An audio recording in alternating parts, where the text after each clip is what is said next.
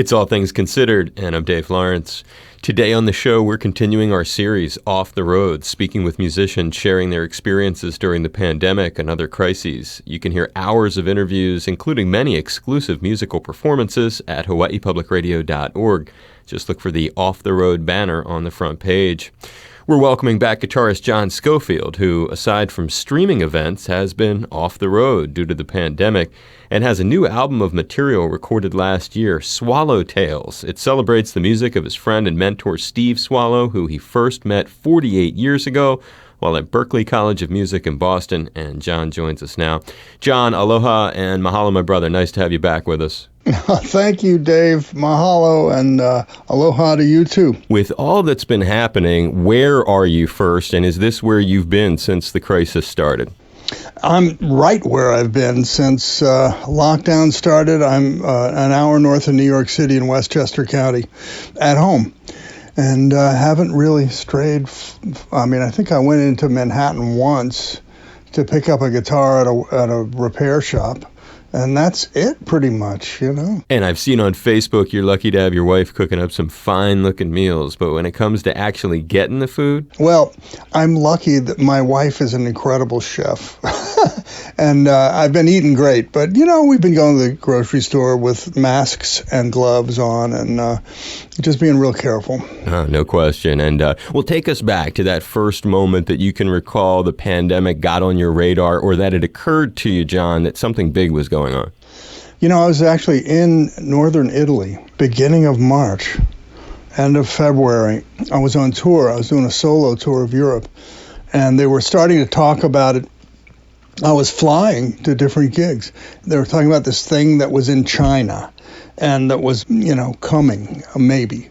And we would see people in the airports, the Asian people were masking, you know, and I kept thinking, well, maybe I should get a mask. And I played a gig, I think it was February 10th, like right outside Milano, where they were hit really hard, one of the first countries in Europe.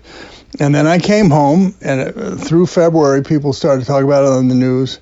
And then my next gig was we were supposed to go play in Russia on something like March 10th.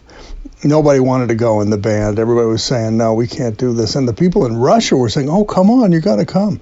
But that was right when an international travel ban was started. But who would have thought it would progress like this? This is terrible. No question. And on the note of gigs, other than that Russia gig, John, were there other gigs that got blown out? Yeah, I was booked for the whole year. It was going to be a great year. First, I was going to do a bunch of gigs just in duo with Dave Holland, like the New Orleans Jazz Festival and a bunch of the springtime festival gigs we had lined up. And then for the month of May, I was going on tour with this record, Swallow Tales, the one that you just spoke about. We were going to Europe for 3 weeks. We're going to play a week at the Blue Note. I was just going to be working steady. And then it all happened. And so everything through the summer's been canceled, and we'll see about the fall, but I have a feeling that's going to go down too. No, I was booked. I'm a road dog. You know, I spend half the year on the road and have since 1975. What do you think the conditions would have to be to make it safe both for the audience and yourself? You know, I think that as far as this fall, that the promoters don't want to cancel until the last minute. They're just hoping. This is a European tour, and a couple of the dates have already said, no, we're not going to do it. But I think they're going to wait till the last minute. And I don't know if we're going to want to go because, you know, at this point, they don't want Americans coming to Europe. They're ahead of us as far as opening up again. But it's going to have to be social distancing, and the venues are going to have a lot, unfortunately, sell a lot less tickets. So that's going to change everything financially and make it harder to pull this stuff off. Then there's, you know, travel for us, hotels. What's that about? You know, just staying in different hotels and the sanitary issues there, you know, the hygiene and you know, the safety there. So it's unknown. I don't know. Just the thought of going to the airport. And then the worst thing is being on a plane. Yeah, that's the worst aspect. And we already said that we're only going to do the tour if we could do it on a tour bus. So we didn't have to fly to all the dates. You mentioned the New Orleans Jazz Festival before we turn to the record. There's from the health and economic crisis to obviously the loss of some important musicians. I think Ellis Marsalis, when you mentioned that. Manu Dibango comes to mind, of course. And there have been others, actors, and now there's other crises like Black Lives Matter, the police protests. Can you share how else you've been personally touched by this? Well, Black Lives Matter is a big thing for all of us, and just first of all, I support it completely, and racism is something we as Americans, if we really think about it, we know that it's a racist world, and it's just the way it is, and America has been cursed with that because of our history.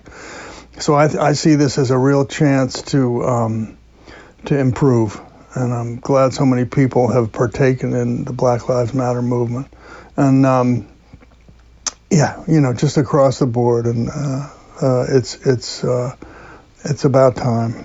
And had you ever gotten to know or meet Ellis or Manu Dibango?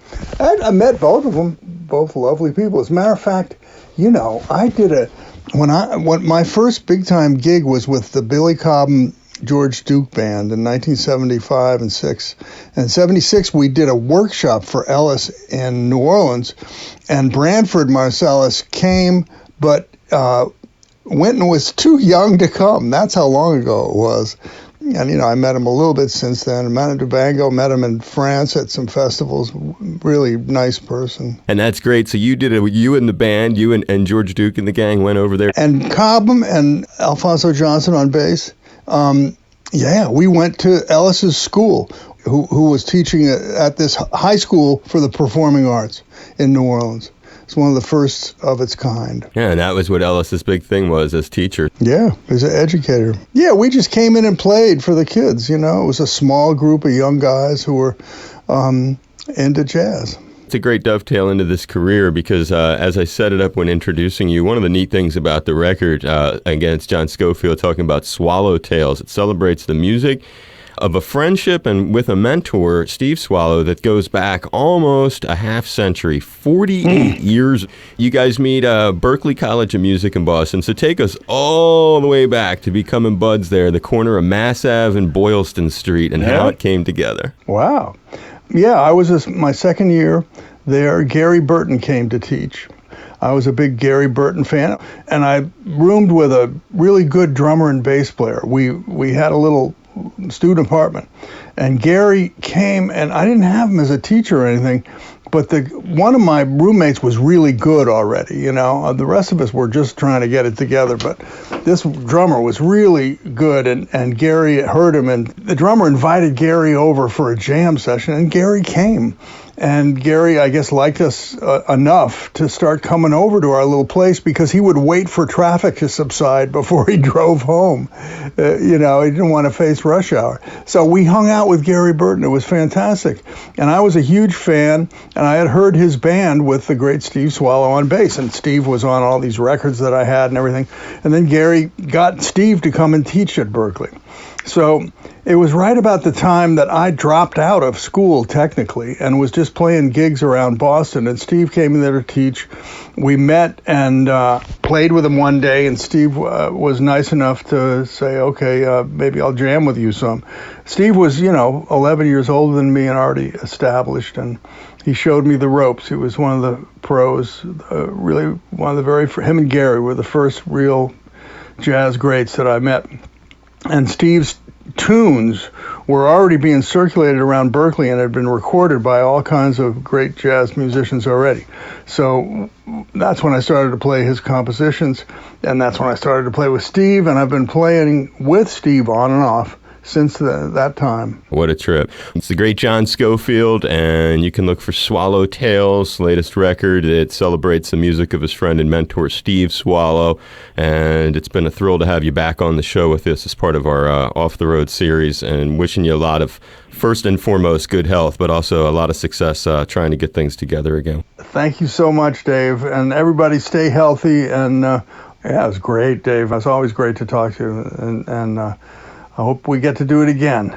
Well, we'll stay in touch, and whenever you have new stuff coming out, do a Skype or Zoom thing. You know, the door's open. Oh, that's great to know, man. I'll keep that in mind, Dave. Thanks so much.